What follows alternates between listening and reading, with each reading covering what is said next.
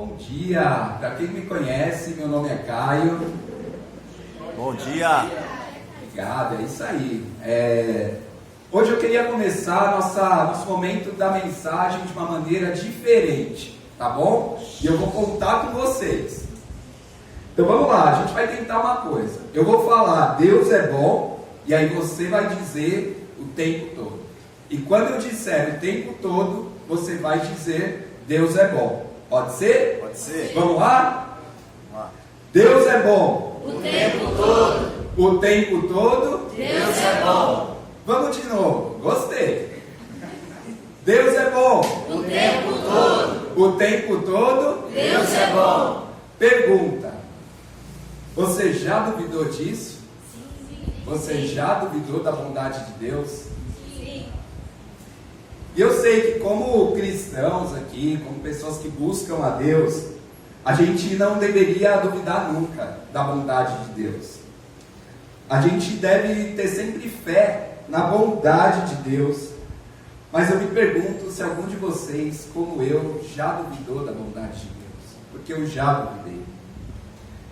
Naquele momento que você está vivendo algo que você não gostaria de estar vivendo. Naquele momento que você está vivendo algo que não parecia justo.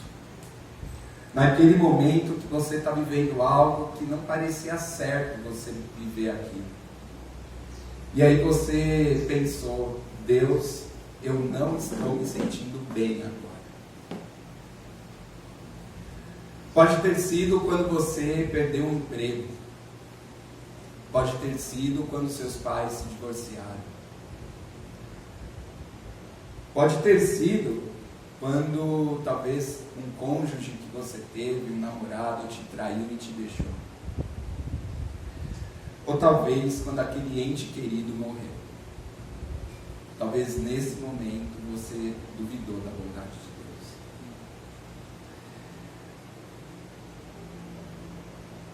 Pode ter sido também quando a gente faz aquela pergunta, Deus, por que você não tira de mim essa enxaqueca?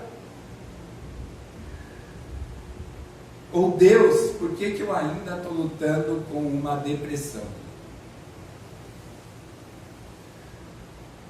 Ou Deus, por que você não tira essa tentação de mim? Talvez seja um momento comum do nosso dia a dia, quando você está pensando, mas Deus, eu estou tentando fazer o que é certo. Deus, eu vou à igreja. Deus, eu leio a minha Bíblia. Deus, eu ajudo os pobres. Deus, eu tento ajudar as pessoas. Eu estou tentando fazer o que é certo.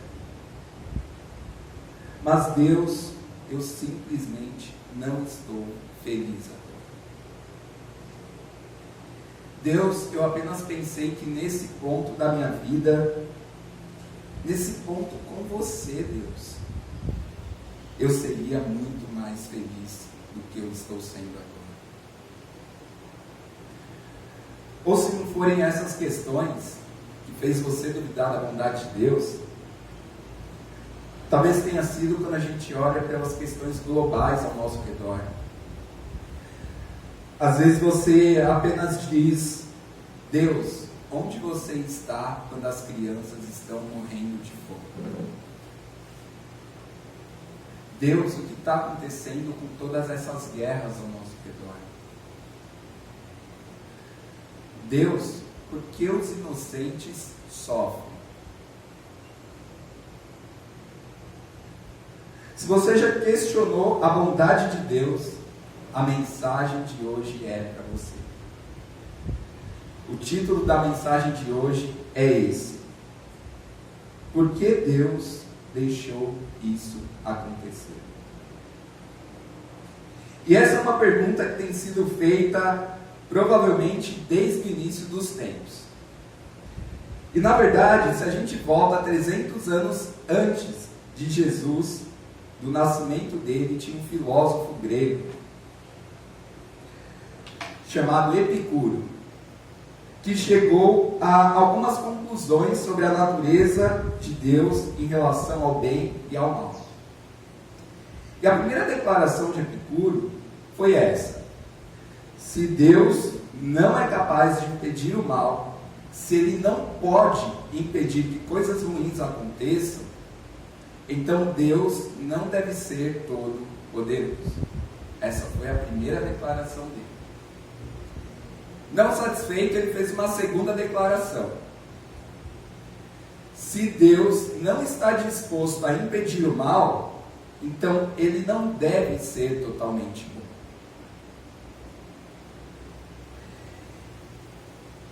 E aí Epicuro tinha uma pergunta ainda: se Deus está disposto e é capaz de impedir o mal, então por que o mal existe? Ou seja, por que Deus deixou isso acontecer? Por que esse mal domina o mundo? E hoje, a gente vai olhar as Escrituras e você vai ver que o mal e o sofrimento não são realmente contrários à história da Bíblia. O que você descobrirá é que o mal e o sofrimento são realmente centrais da história da Bíblia. Se há uma coisa que eu quero fazer hoje é, por meio das Escrituras, mostrar a vocês um grande pensamento. E esse pensamento é que o cristianismo, seguindo Jesus, o Filho de Deus, o cristianismo faz sentido e dá significado e oferece uma solução para o mal e o sofrimento que nós vivemos. Ou seja, o cristianismo é a solução para o mal que nós vivemos.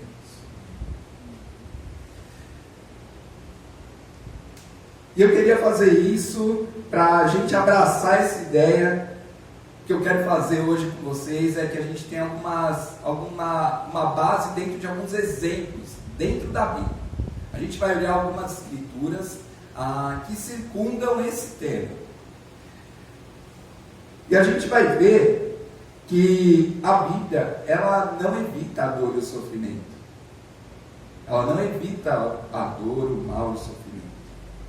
Na verdade, quando a gente vê todas as histórias da Bíblia, a gente vai ver inúmeras expressões de personagens bíblicos sentindo angústia, injustiça, dor, sofrimento, raiva, ver o mal ao redor deles. Na verdade, se a gente vai olhar 4 personagens de uma maneira muito panorâmica. Quando a gente vai para o Antigo Testamento, a gente encontra Jeremias,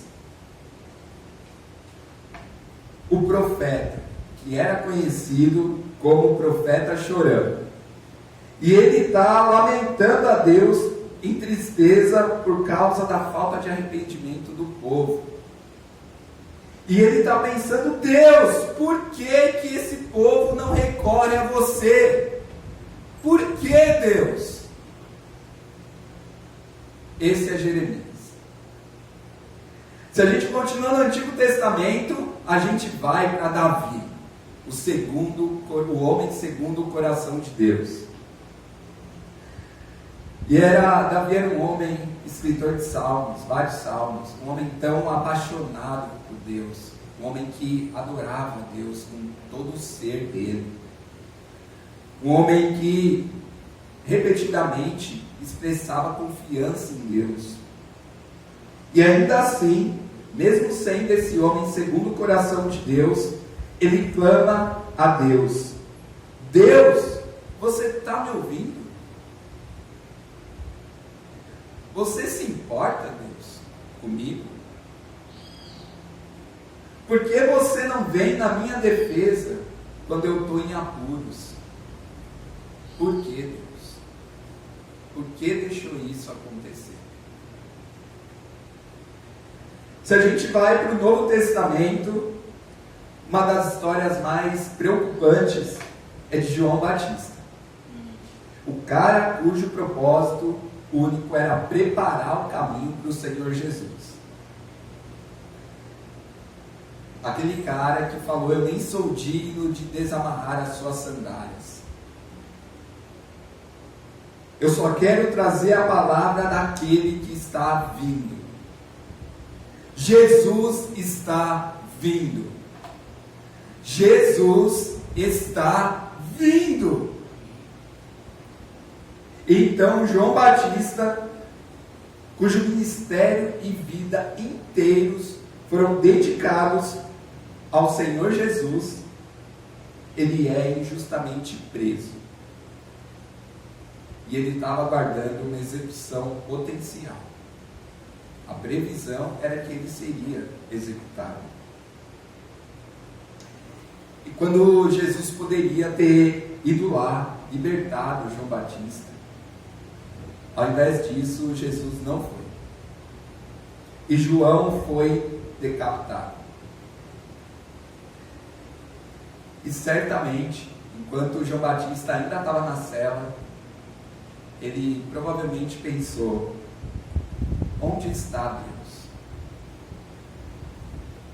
Eu me dediquei para a vida do Senhor, sou preso injustamente. Onde está Deus nesse momento?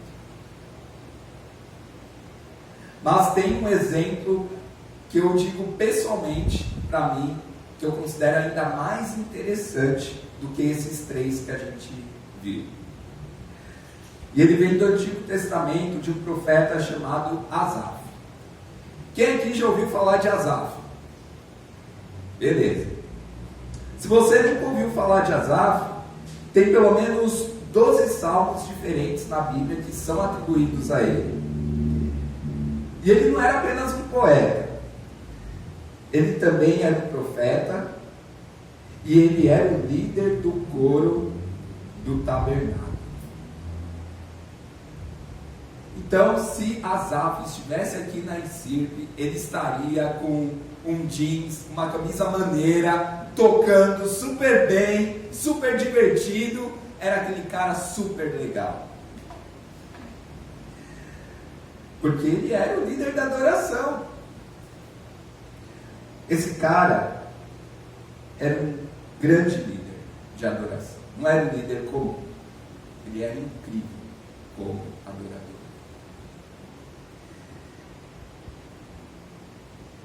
Então, Asaf estava muito perto de Deus, porque ele adorava muito a Deus. Mas ainda assim, Asaf começou a pensar: eu estou começando a tropeçar. Ele estava reclamando que os perversos, aqueles que faziam mal, pareciam receber todas as bênçãos. E ele não entendia onde Deus estava. Então, no versículo 11 de Salmo 73, ele diz: como saberá Deus? Ou seja, o que Deus sabe? Eles perguntam: o Altíssimo ao menos sabe o que está acontecendo?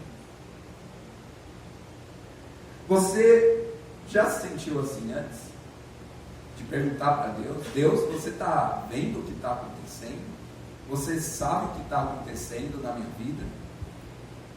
Deus, onde está você? É isso que Asaf está falando aqui. Deus, você ao menos vê isso. Então ele fala: olha, os ímpios, sempre despreocupados, aumentam as suas riquezas. Basicamente ele está falando: olhe para essas pessoas perversas, aproveitando uma vida com facilidade, enquanto as suas riquezas multiplicam.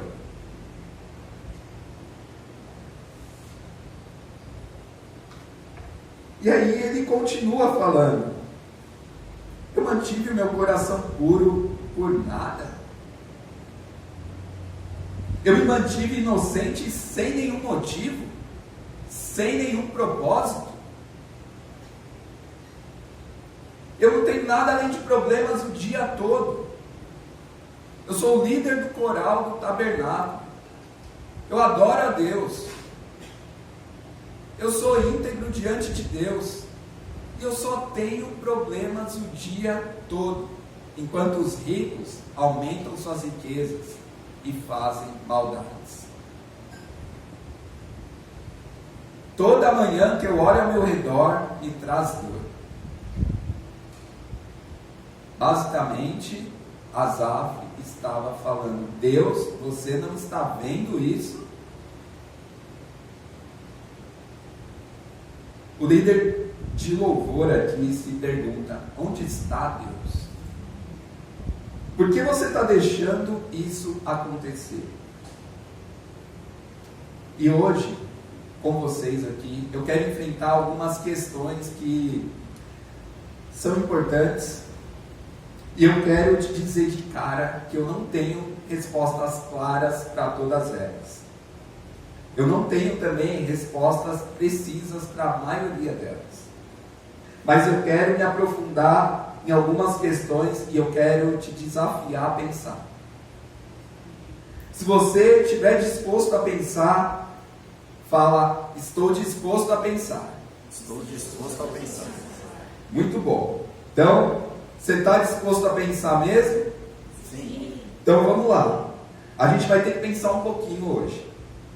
E podemos não ter respostas claras juntos. Mas a gente quer levar algumas perguntas importantes para diante de Deus. Porque Deus pode lidar com todas as nossas dúvidas. Qualquer dúvida que eu e você temos, Deus pode lidar com ela.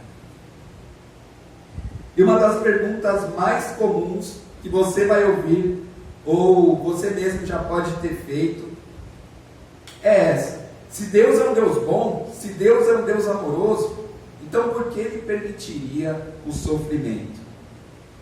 Se Deus é um Deus bom, então por que Ele deixaria alguém que não fez nada de errado passar pelo que está passando? Por que Deus permite que isso aconteça? E para responder essa pergunta, Deus tão amoroso, por que Ele permite o sofrimento? Eu vou te dar uma resposta, eu quero que você pense.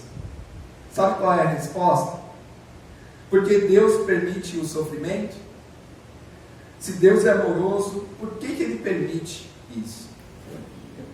E essa resposta é: se o amor é uma escolha, o sofrimento é uma possibilidade.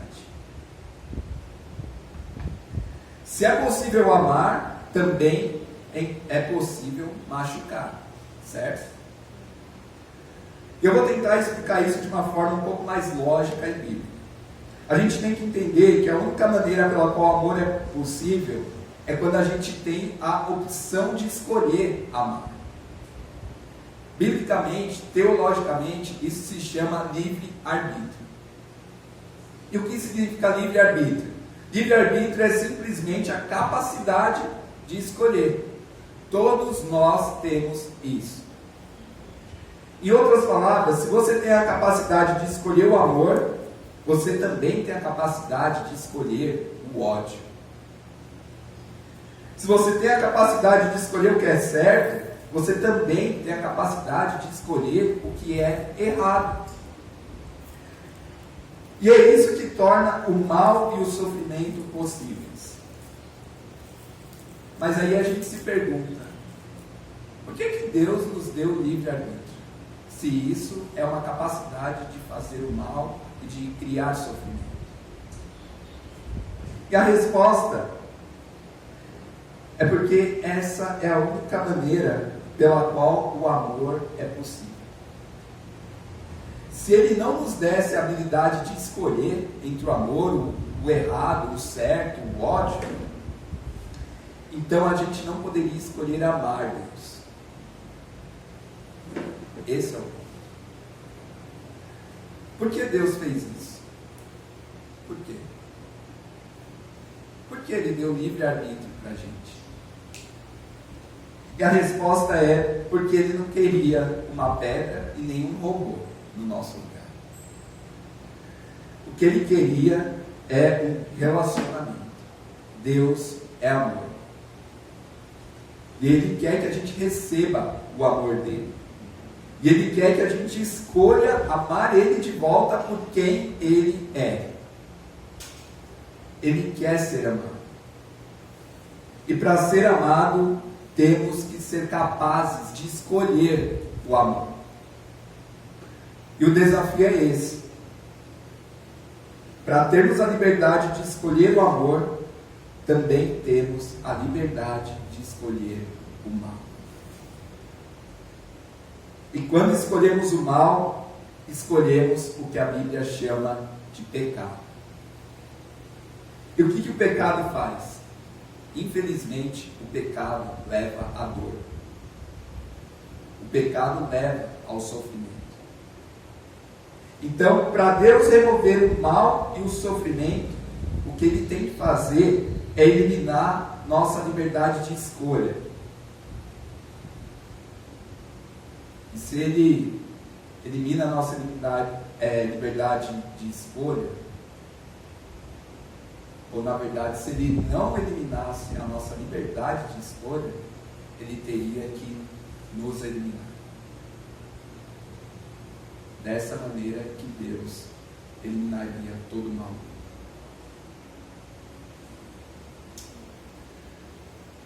Agora, uma pergunta que a maioria das pessoas não faz, mas que as pessoas deveriam fazer, é essa pergunta: se não há Deus, então quem decide que existe o mal? Se não há Deus, quem vai decidir o que é certo e o que é errado? Eu vou dar um exemplo. Quantos aqui tem um irmão ou uma irmã? Beleza, bastante gente. Quantos de vocês amam o seu irmão e a sua irmã? Olha, teve uns aí que tiveram dúvida, hein, de levantar essa mão. Não foram tantas mãos como na primeira pergunta. Quantos de vocês já brigaram com seu irmão ou irmã? Todo mundo. Todas as mãos se levantaram de novo. Bom, eu tenho um irmão que é 6 anos mais novo do que eu. E o nome dele, o apelido dele é Dudu. Eu que dei esse apelido para ele, porque o nome dele é Luiz Eduardo. Aí eu falei, vou chamar ele de Dudu. E aqui tem uma foto. O Dudu é o primeiro da esquerda para a direita. Tá bom? Aqui é minha família, que é o Dudu, minha tia, meu outro irmão, o Davi, que é o caçula, minha mãe, uma outra tia minha e meu pai. Tá? Então o Dudu é o primeiro ali, da esquerda para a direita. E o Dudu sempre foi um grande irmão para mim. Eu amo o Dudu. E eu vou defender ele até o dia que eu morrer. Mas eu e ele brigavam o tempo todo. Eu acho que é coisa de irmão, né? Eu acho que quando a gente ama, quando a gente briga, é porque a gente ama muito. E como todos os bons irmãos e irmãs, quando a gente briga e faz algo errado, a gente... ele falava, né? Ó, para com isso, senão eu vou chamar o pai ou a mãe. Aí eu falava, quero ver. Aí ele ia lá e começava a correr para ir contar para o pai ou para a mãe. Só que eu tentava correr para chegar antes dele. Por quê? Porque eu queria defender a minha causa diante do meu pai e da minha mãe. E meu contra-ataque era o quê? Eu vou correr mais rápido do que ele, porque ele é mais novo. E aí eu vou chegar antes do meu pai e da minha mãe e vou explicar o que aconteceu. E aqui está a pergunta. Imagina que os pais não existissem. Se não tivesse pais, haveria regras?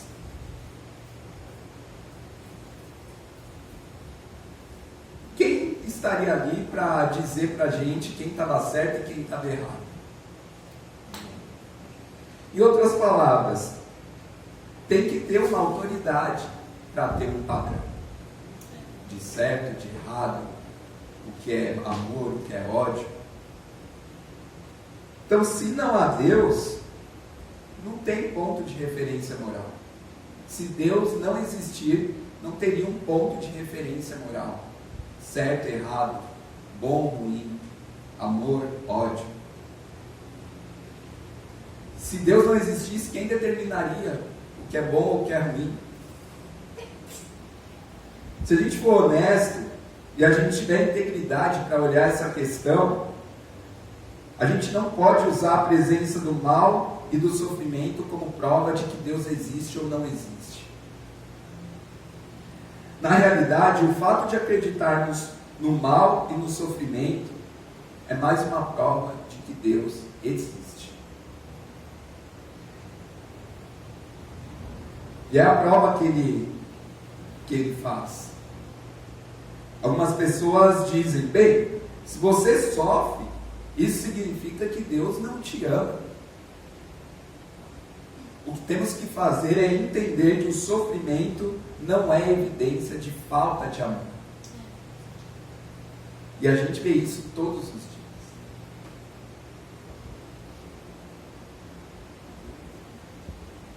Por exemplo, quando eu era muito pequeno, eu tive uma cirurgia de hérnia. Até hoje eu tenho a cicatriz.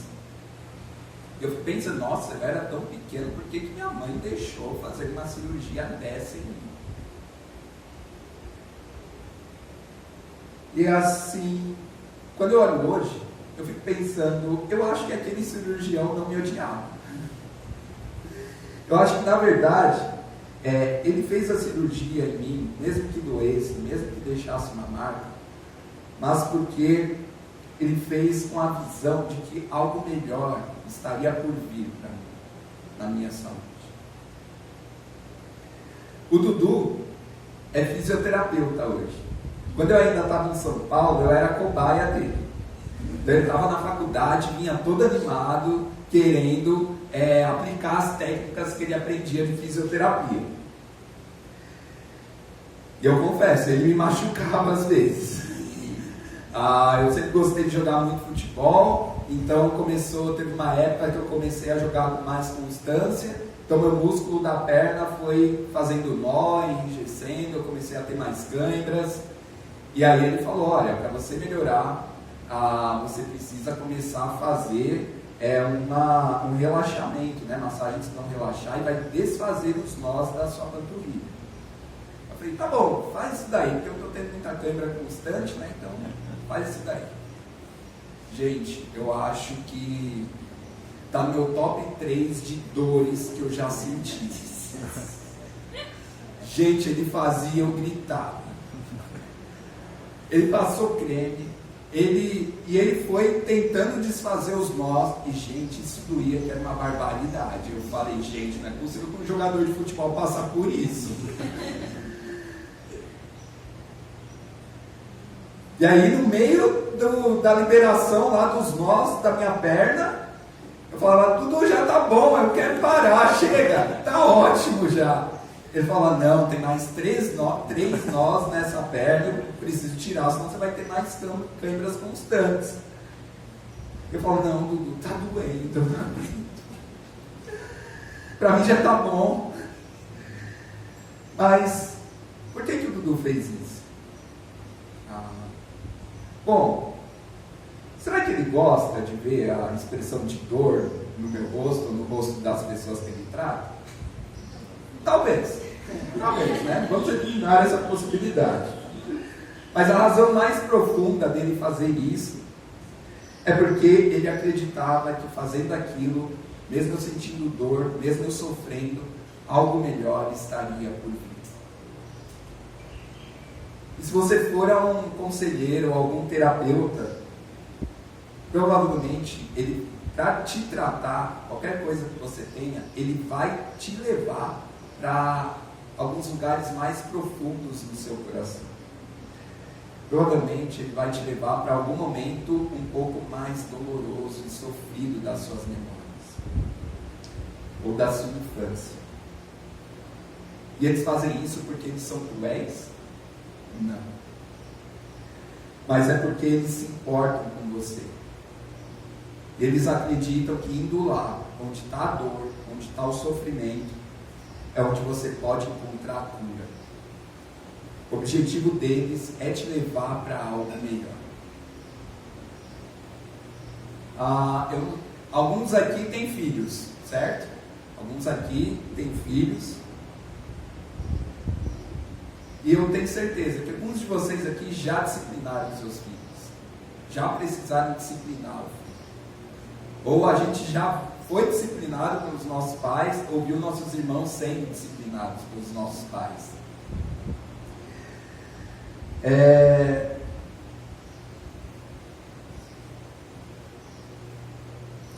E os pais que estão aqui, ou você como filho, quando seus pais disciplinavam, vocês acham que ele disciplinava você, ou você, pai, que disciplinou o filho, você fazia isso porque odiava o seu filho?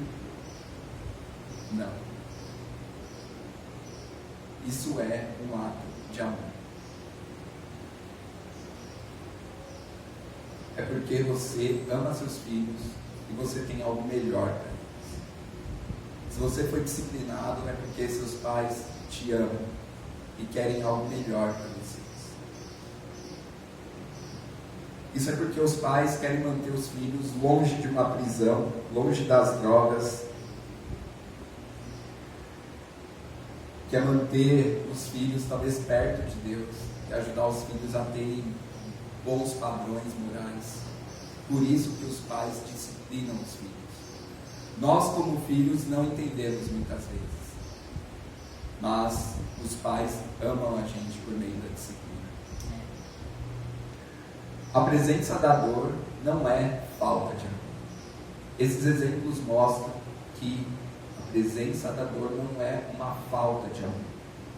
Na verdade, muitas vezes, a presença de dor real é a evidência do amor leal. Isso levanta uma questão. Bem, por que coisas ruins acontecem com pessoas boas? Por que será? Você já se perguntou isso alguma vez? Eu direto me pergunto isso. Porque alguém que não fez nada de errado tem algo tão ruim ou tão trágico acontecendo na sua vida? E isso é muito difícil de responder. E sendo muito honesto, eu acho que você não vai querer muito ouvir a minha resposta sobre isso. Mas sempre que a gente pergunta por que coisas ruins acontecem com pessoas boas, a gente não está realmente falando sobre nós mesmos. A razão é que temos que entender que as Escrituras nos dizem que, na verdade, nós não somos pessoas boas. Não somos boas pessoas. Você pode até dizer, bom, eu tenho um bom coração.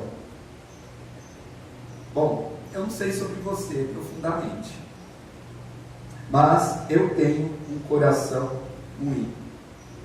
Um coração que me leva a fazer coisas ruins muitas vezes. Eu machuquei muitas pessoas já. Eu fiz muitas coisas pecaminosas. Eu disse coisas que eu não deveria ter dito para várias pessoas. Eu fiz coisas que eu não gostaria de ter feito. E eu tenho alguns pensamentos que, se você soubesse dos meus pensamentos, eu acho que você falaria, bom, eu vou encontrar outra igreja agora. Vou me afastar daqui. Vou me afastar do Caio. E aí você vai para outra igreja e conhece outro pastor. Mas se você entra no pensamento daquele pastor, você vai ver que também tem mal, também tem dor, também tem ódio, também tem sofrimento, também tem pecado. E aí você vai procurar outra igreja, o outro pastor, e você vai encontrar o mesmo.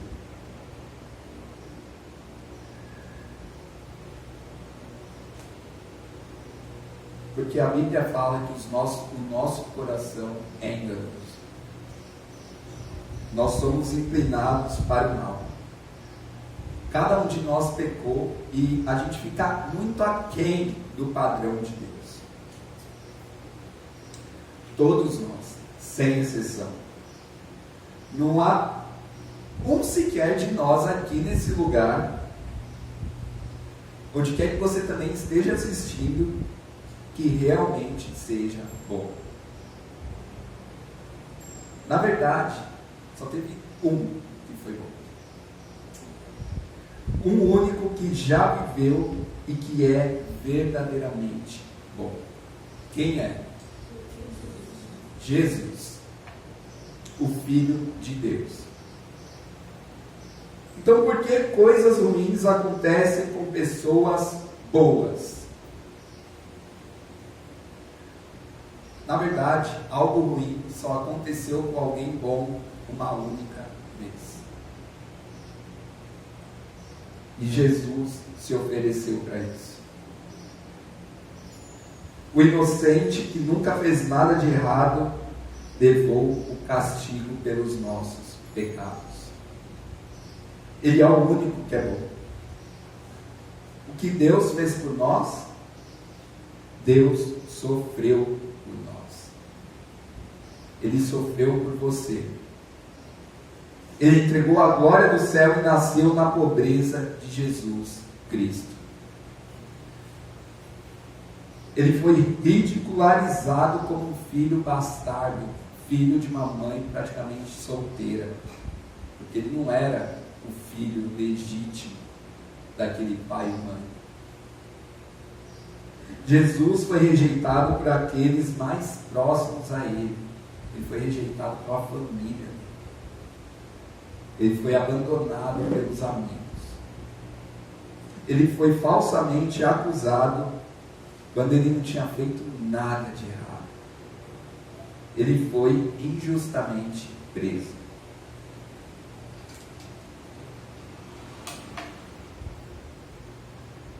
Jesus, o único que era bom, foi espancado, torturado, despido, pendurado, vergonhosamente numa cruz. E o pior de tudo é que aquele que era bom, o Cordeiro de Deus, se tornou pecado por nós. O inocente levou os pecados do mundo para morrer nele, para que pudéssemos ser perdoados. Jesus fez isso por nós. E ao fazer isso, o que Jesus sofreu? Uma separação de Deus. Porque ele se tornou um pecado em nosso favor. Depois de uma vida inteira de perfeita intimidade com o Pai, Jesus foi separado dessa intimidade. Então ele gritou a mesma pergunta que você pode ter gritado antes, em algum momento da sua vida. Ele disse: meu Deus, por quê? Por que me abandonaste? Para onde você foi? Porque parece que você me deixou. Deus, por que você me abandonou? Eu não fiz nada de errado, Deus. Nada. Eu vivi como você pediu que eu vivesse. Eu te servi fielmente. Eu fui obediente em todos os sentidos. Eu te amei e vivi por você. Meu Deus, por quê? E Jesus fez isso por nós. Ele fez isso por você. Ele fez isso por mim. E ele sentiu mais dor do que eu ou você, qualquer um de nós, sentiremos na nossa vida. E Deus Pai viu seu filho inocente sofrer. Então, por que Deus permitiu isso? Por que Deus permitiria o sofrimento?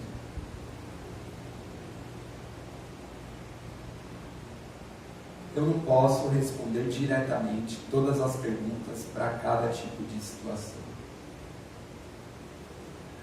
Por que você está passando pelo que você está passando agora na sua vida? Por que Deus não faz o que Ele poderia fazer na sua situação?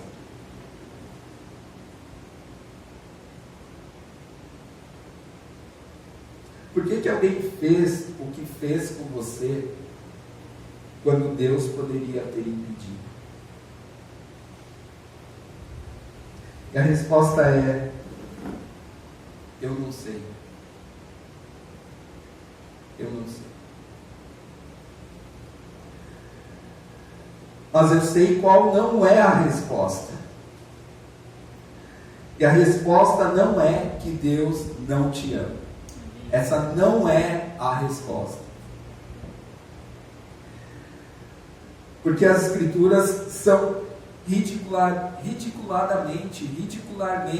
claras sobre o amor de Deus por você.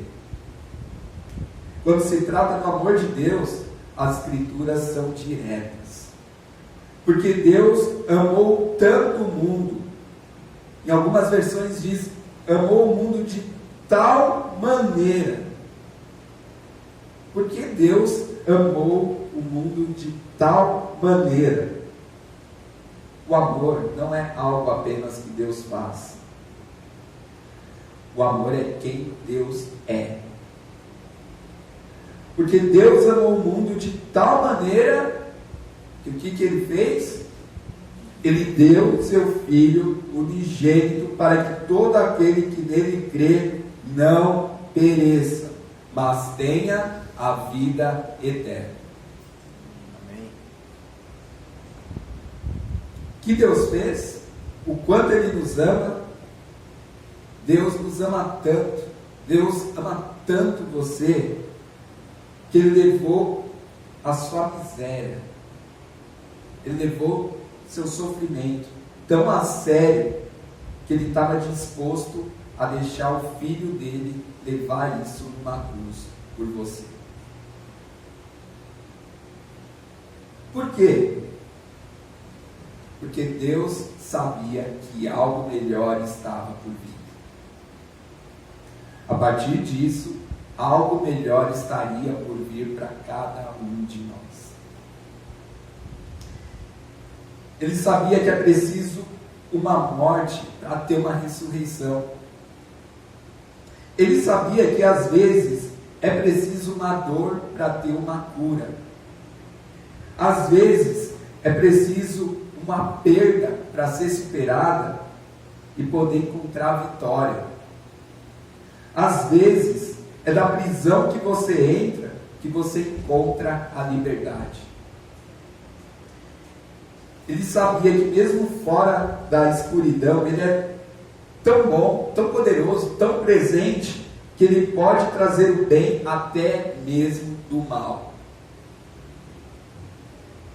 E é assim que nosso Deus é bom. Ele sabe que em sua vida algo melhor está chegando. O que a Bíblia diz? A Bíblia não diz que você não terá dor. A Bíblia não diz que você não terá sofrimento. A Bíblia não diz que você não terá um momento difícil na sua vida. A Bíblia diz que sofreremos. A Bíblia diz que um dia morreremos. Mas a Bíblia também diz que um dia ressuscitaremos. Amém.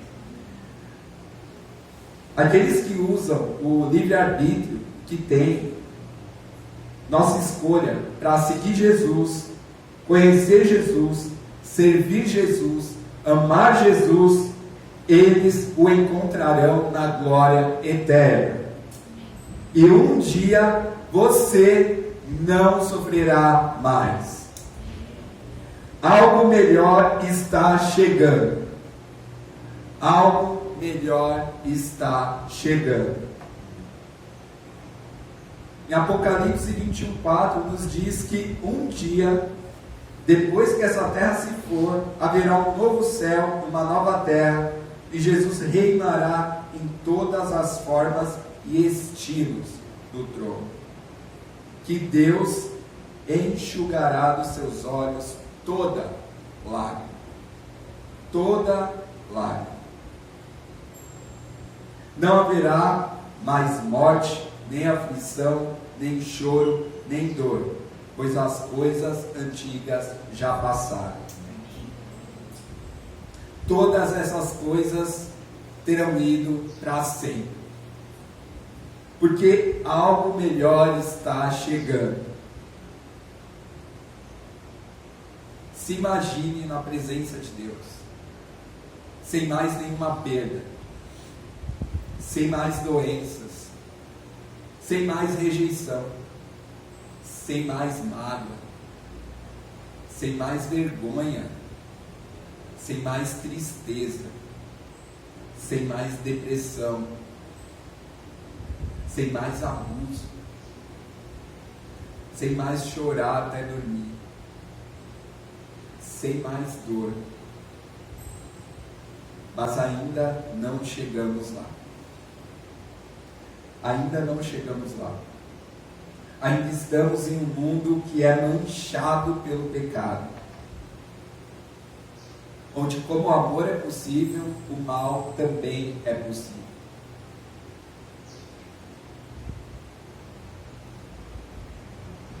Eu queria falar para vocês que até nos meus pequenos círculos de amizade ou de família, eu também presenciei tragédias.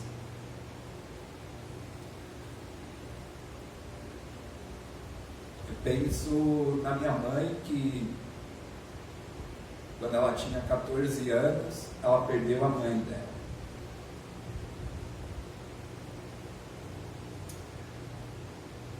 Eu imagino, às vezes, que minha mãe se perguntava por que a mãe dela teve que morrer, sendo que ela era tão pequena.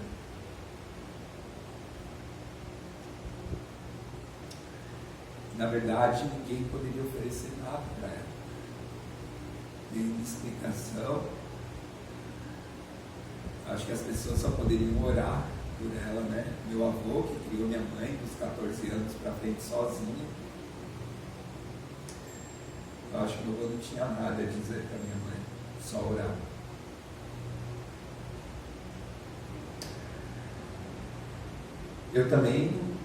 Eu não tenho hoje, nem naquela época eu teria nada a dizer para minha mãe também. Eu só poderia orar por ela. Quando eu era pequeno e eu perdi uma tia de uma maneira muito trágica e cruel, eu também não tinha muito a oferecer e eu não tinha explicação para dar. Quando um amigo meu, mais chegado que o irmão, que tinha acabado de casar, ele ficou seriamente internado por conta do Covid, e eu lembro que a sua recém-esposa estava abalada com aquilo, e eu não podia fazer nada, além de orar com ela e orar por ele. Quando a mãe de um irmão faleceu, eu não tinha nada a oferecer ou explicar para ele. Por quê? Eu não posso responder essas perguntas. Eu não tenho resposta para essas tragédias. Nem eu e nem você. E a gente pode ver alguns motivos, talvez tenha coisas que eu nunca consiga contar a vocês. Acho que talvez aqui a gente pode, na verdade, nunca saber do porquê que esse sofrimento aconteceu comigo, porquê que o sofrimento da sua vida aconteceu com você. E é por isso que a qualquer momento, em um instante, um momento na sua vida, quando algo parece injusto, é fácil a gente concluir: Deus não deve ser bom. É fácil. Mas não apenas em um momento, mas quando você anda com Jesus, quando você se alimenta da palavra de Deus, você aprende a confiar na presença de Deus. Você deixa Deus te confortar no meio da sua tristeza. E de alguma forma, Ele te dá uma paz que nem faz sentido. Mas é Deus quem te conforta e que te dá a paz.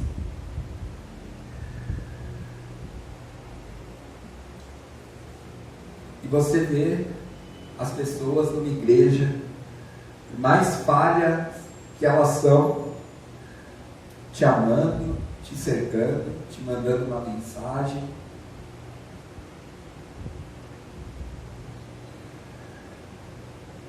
Em algum momento você até pode não se sentir bem. E é natural. Você pode não se sentir bem, mesmo com tudo isso.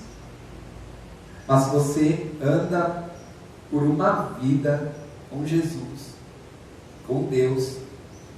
Você verá a fidelidade de Deus. E você vai concluir que Deus é bom. Amém. E o tempo todo, nosso Deus é bom. Lembra de Asaf? Sim. O cara que pensava um monte de coisas que nós temos medo de falar em alta voz, numa igreja em casa, ou com o irmão aqui no convívio, porque as pessoas julgariam a gente se a gente fala as mesmas coisas que Asaf falou. Alguém ia comentar: tem que orar pelo Caio, hein? Olha o que ele está falando. Ele está prestes a perder a fé dele.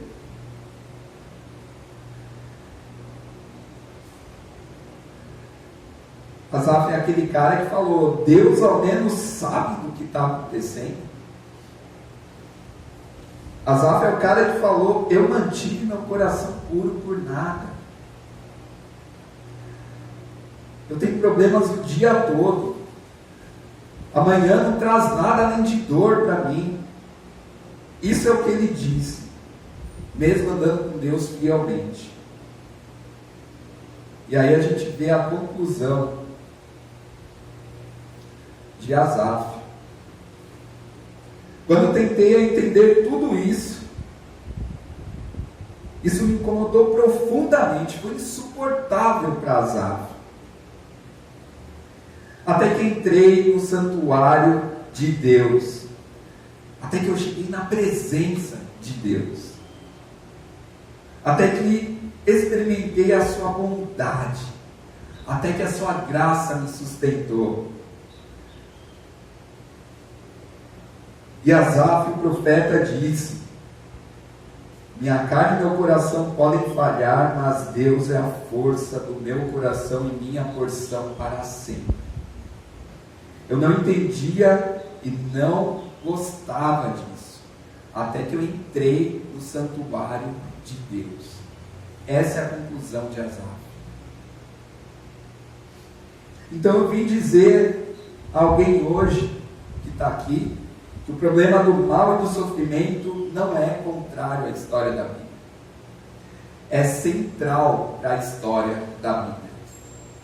E mais do que qualquer outra coisa, o cristianismo faz sentido.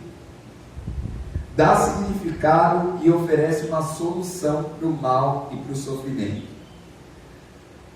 Esse mal e esse sofrimento que a gente vive dia após dia.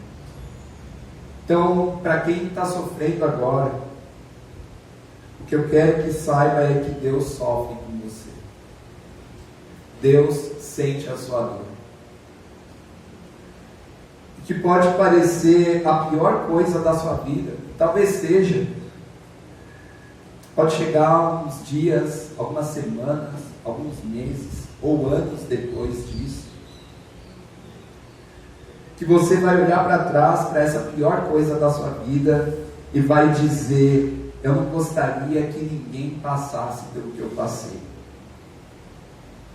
E eu nunca mais quero passar por isso de novo. Mas eu experimentei a presença de Deus através disso. E de alguma forma Deus usou isso na minha vida. Então, se você está sofrendo e se perguntando: onde está Deus? lembre-se, você está vivendo no ainda não lá. Ainda não é a eternidade, onde Deus vai enxugar suas lágrimas. Mas a boa notícia é que pela graça, poder e glória e bondade de Deus, algo melhor está por vir. Amém. E vamos lá, Deus é bom? O tempo todo. O tempo todo? Deus é bom. Vou fazer uma oração.